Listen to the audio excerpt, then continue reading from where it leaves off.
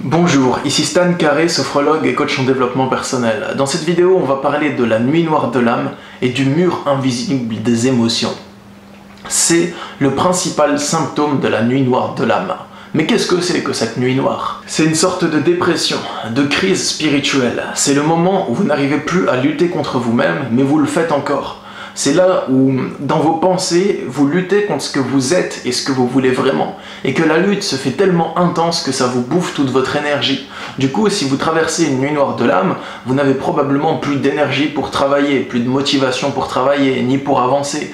Votre corps n'a plus beaucoup d'énergie. Vous pouvez perdre du poids ou bien prendre du poids si vous mangez compulsivement. Vous pouvez avoir quelques troubles physiques, comme par exemple des diarrhées, des douleurs au ventre, mal à la tête à force de penser. Et vos pensées, justement, se font tellement intenses, et vos émotions aussi, qu'elles vous submergent.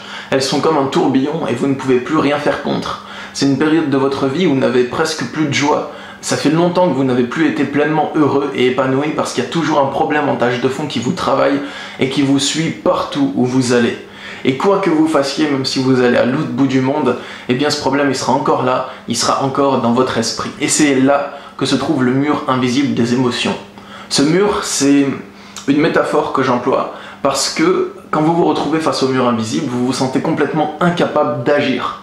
Vous vous sentez pétrifié, immobilisé, tétanisé, impuissant. Mais pas à tout faire. Vous vous sentez seulement impuissant à effectuer une certaine action qui pour d'autres personnes est très simple. Il suffirait de parler à quelqu'un, de quitter une situation, de vous accepter tel que vous êtes et de décider que vous êtes bien tel que vous êtes. Toutes ces choses-là, c'est des choses qui sont impossibles à faire lorsque vous êtes face à ce mur invisible. J'appelle ça un mur parce que vous êtes totalement impuissant, vous ne pouvez pas faire un seul pas en avant. Ce mur vous empêche d'avancer. Vous avez l'impression de stagner dans votre vie, comme si cette barrière mentale vous retenait sur place. C'est pour ça que je nomme ça un mur. C'est un mur qui est juste devant vous et ça vous empêche d'aller de l'avant et d'être de nouveau motivé à construire des projets, à construire la vie de vos rêves. Et il est invisible parce que c'est pas un mur en pierre, c'est un mur dans votre mental. C'est une interdiction inconsciente que vous vous êtes mis. Et je vais vous expliquer pourquoi il est là et comment vous pouvez le passer. Donc, ce mur invisible, il est là parce que vous avez été éduqué. Vous avez reçu une éducation quand vous étiez petit.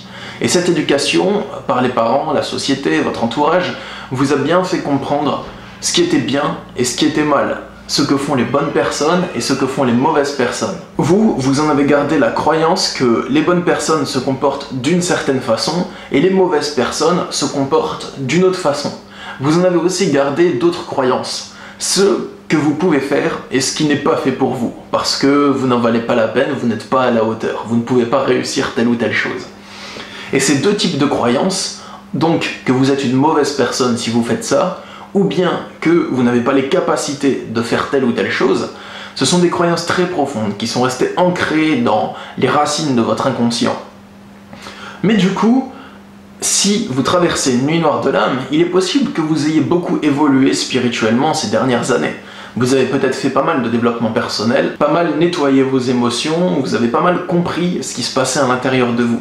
Et ça permet à votre énergie d'augmenter, d'évoluer. Et l'être humain évolue de par nature. On a une tendance naturelle à l'évolution. Nous sommes tous faits pour évoluer. Et pour ça, il suffit de constater simplement votre corps physique. Quand vous étiez petit, vous faisiez cette taille, vous ressembliez un peu à une crevette, et maintenant vous êtes grand et vous pesez plusieurs dizaines de kilos. Rien que ça, c'est une évolution de votre organisme.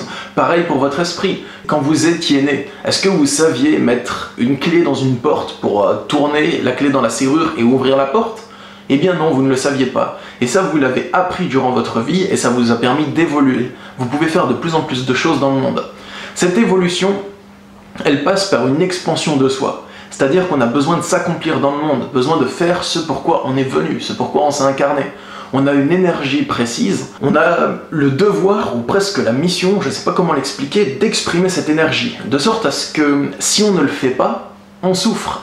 Si on ne révèle pas à soi-même qui on est vraiment, si on ne s'accomplit pas dans le monde, qu'on ne pratique pas ses passions, qu'on se retient de faire tout ce qui nous donne du plaisir et de l'amour, eh bien on commence à souffrir. Et pourquoi est-ce qu'on se retient de faire tout ce qui nous fait kiffer à mort? Eh bien, c'est parce qu'on a eu une éducation qui nous a dit « si tu fais ça, c'est mal » ou qui nous a dit « tu ne peux pas faire ça, c'est réservé aux autres ». Donc cette croyance, c'est autour de cette croyance qu'on va forger une grande part de notre personnalité. Et il arrive un moment où notre évolution se fait tellement grande et belle que les limites de nos croyances commencent à trembler, elles commencent à devenir de plus en plus fébriles. Nous arrivons de moins en moins à contenir la phénoménale énergie qui est contenue dans notre cœur. Nous arrivons de moins en moins à la garder enfermée à l'intérieur de nous-mêmes et à nous contenter de vivre une vie lambda, celle que les autres ont décidé que nous vivrons. À ce moment-là, notre esprit commence à renforcer ses défenses. On va se faire de plus en plus dur avec nous-mêmes, s'empêcher de regarder en face ce qu'on veut vraiment être ou ce qu'on veut vraiment faire. On va s'empêcher de se l'avouer. Et pour ça, on va se raconter qu'on manque d'ancrage, qu'on doit maîtriser nos émotions, qu'on doit arriver à avoir plus de confiance en nous. Et on va se cacher derrière plein de notions abstraites, ce qui n'est pas faux en plus. On manque peut-être d'ancrage, on n'a peut-être pas assez confiance en nous. Mais on va se cacher derrière plein de notions abstraites, derrière plein d'obsessions spirituelles ou de développement personnel qui vont nous empêcher de regarder la vraie source et la vraie cause du problème. Et la vraie cause du problème est simple. Elle est du fait que vous avez besoin de vous exprimer et besoin de vous accepter tel que vous êtes. Mais vous vous retenez de le faire parce que vous croyez que c'est mal. Ou bien que vous n'êtes pas capable de le faire, que c'est pas fait pour vous. Du coup, c'est ça le mur invisible des émotions. C'est la croyance que vous n'y arriverez pas, que vous ne pouvez pas ou que vous ne devez pas le faire. Et cette croyance, elle est vraiment très très dure à désancrer. Elle est vraiment profonde parce que toute votre personnalité, ou une grande partie, est construite comme un arbre autour de la racine de la croyance. Du coup, cette nuit noire de l'âme, c'est quand votre énergie veut s'exprimer et que vous la retenez. Et ça va consommer énormément d'énergie.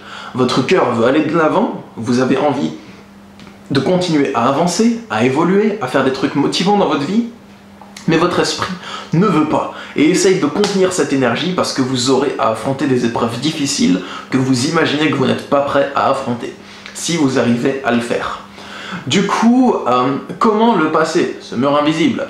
Comment arrêter de se faire écrabouiller dans tous les sens par vos émotions? Comment arriver à ne plus ressentir ce torrent d'émotions, ce torrent d'angoisse ou de questionnements existentiels qui servent à vous distraire? Comment faire en sorte que votre esprit arrête de vous marteler le crâne avec des pensées lourdes et pesantes? Comment faire en sorte d'avoir l'esprit tranquille comme avant, non? Ça fait combien de temps que vous n'avez pas éclaté de rire, hein?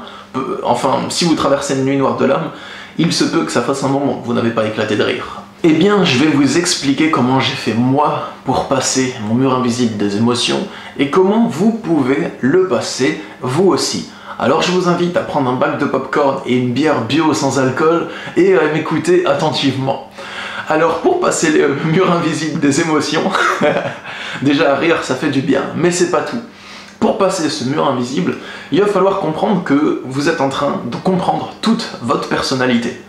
Pendant la nuit noire de l'âme, le mur invisible, il vous fait tellement mal que vous êtes en train d'essayer de remonter à sa source. C'est quelque chose qui vous obsède tellement, vous êtes tellement en proie à des pensées obsessionnelles que vous n'avez que ça à faire. Ça occupe toute votre énergie, tout votre temps. Vous avez peut-être du travail et des obligations, mais actuellement, ce que vous vivez, c'est tellement intense que ce que vous avez de mieux à faire, c'est de comprendre ce qui se passe à l'intérieur de vous.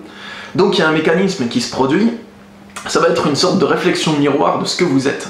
Et vous allez remonter tous les mécanismes de votre personnalité jusqu'à la cause dans votre enfance. Et ça, vous allez le faire parce que vous avez peur de passer à l'action. Donc vous allez croire que par la compréhension, vous allez réussir à régler tous vos problèmes comme vous l'avez déjà fait précédemment par des prises de conscience miraculeuses. Alors que là, ça marche pas. Et ça marche tellement pas que vous essayez de faire tout ce que vous avez déjà fait, c'est-à-dire observer vos pensées, méditer, comprendre ce qui se passe à l'intérieur de vous, et ça marche toujours pas, donc vous continuez à le faire jusqu'à ce que vous ayez compris le fonctionnement de votre personnalité dans sa quasi-totalité. Au bout d'un moment, vous allez constater que la compréhension n'est plus suffisante. Comprendre, c'est bien, et ça aide des fois. Mais actuellement, face à cette difficulté-là, ce mur invisible, cette nuit noire de l'âme, comprendre, ça marche pas. C'est pas la chose qui va faire en sorte que tout se débloque, comme ça l'a déjà fait précédemment. Du coup, il va falloir s'entraîner à passer à l'action. Alors, je vous invite à déterminer la situation que vous redoutez d'affronter. Déterminer dans quelle situation est-ce que vous voulez à tout prix éviter de vous trouver. Ensuite, vous pouvez voir si cette situation est évitable ou inévitable pour votre évolution. C'est-à-dire que si vous avez peur de vous retrouver pauvre et à la rue, bah ça c'est pas forcément une situation qui est inévitable pour votre évolution. Vous pouvez évoluer et continuer à vous épanouir sans vous retrouver à la rue. Donc pour ça, il va falloir travailler dur, travailler votre confiance en vous, engagez-vous dans votre entreprise ou dans votre travail et commencer à générer plus de revenus. Voilà, ça c'est une chose qui n'est pas inévitable. Par contre, il se peut qu'il y ait des épreuves qui soient inévitables à traverser si vous voulez continuer à évoluer. Et que si vous affrontez pas ces épreuves, vous ne pouvez plus aller de l'avant, c'est bloqué, ça fait des mois que vous essayez d'éviter de les affronter, mais rien ne se passe et tout stagne. À ce moment-là, déterminez quelle épreuve vous avez peur d'affronter et sautez dans le vide. Allez-y, faites-le. Je sais, c'est difficile, mais affrontez-la, cette épreuve. Déterminez s'il n'y a pas de danger physique, de choses comme ça, enfin voilà, c'est pas parce que je vous le dis derrière ma caméra qu'il va falloir sauter d'un pont, hein, d'accord? À ce moment-là, faites preuve de jugeote, regardez si l'épreuve que vous redoutez d'affronter, elle diffère selon chaque personne, chacun a sa propre nuit noire de l'âme unique. Regardez si votre épreuve, vous pouvez l'affronter, oui ou non, si physiquement vous en avez les moyens. Et si c'est le cas, faites une préparation mentale pour y arriver. Entraînez-vous à affronter des situations, petit à petit, qui sont de plus en plus difficiles jusqu'à arriver à la situation finale. C'est clair que la situation que vous redoutez le plus d'affronter, ça va être dur de le faire comme ça, de vous lancer, de sauter dans le vide. Du coup, entraînez-vous à affronter des situations qui ressemblent à celle-là, mais qui sont moins terribles. Et faites-le plusieurs fois, jusqu'à ce que vous preniez confiance. Et petit à petit, même si c'est quand même dur, même si vous avez peur, allez-y et affrontez la situation qui vous terrifie le plus, si le bonheur se trouve derrière cette situation. Et franchement, si le bonheur se trouve derrière, vous le regretterez pas.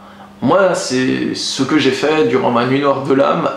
Bon, quand on traverse une nuit noire de l'âme, c'est jamais glorieux, hein. C'est une période où on se sent au plus bas, on a l'air tout piteux, on ressemble à la moitié de nous-mêmes, mais ça vaut quand même le coup, parce que c'est le moment où vous luttez pour sortir de votre chrysalide.